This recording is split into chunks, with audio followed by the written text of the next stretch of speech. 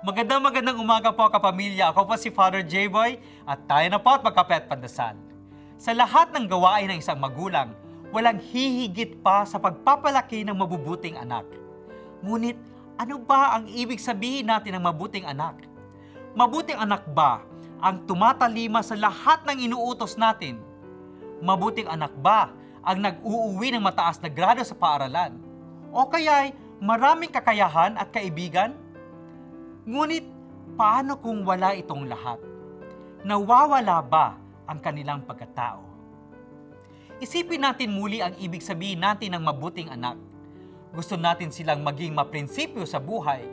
Ngunit, paano kung hindi tutugma ang pangangailangan sa prinsipyo? Tatanggapin ba niya ang inaalok na lagay kaysa panindigan ang pagiging tapat?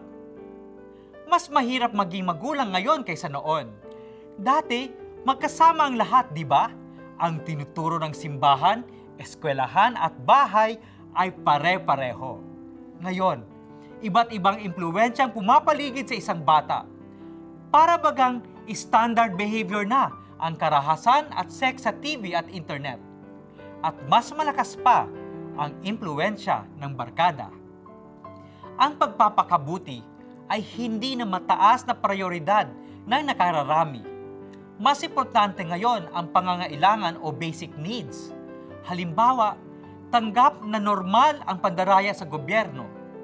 Dahil mas kailangan ang maihahain kaysa ang paninindigan. Hindi ba't iniluluklok pa rin natin ang alam nating nangungupit?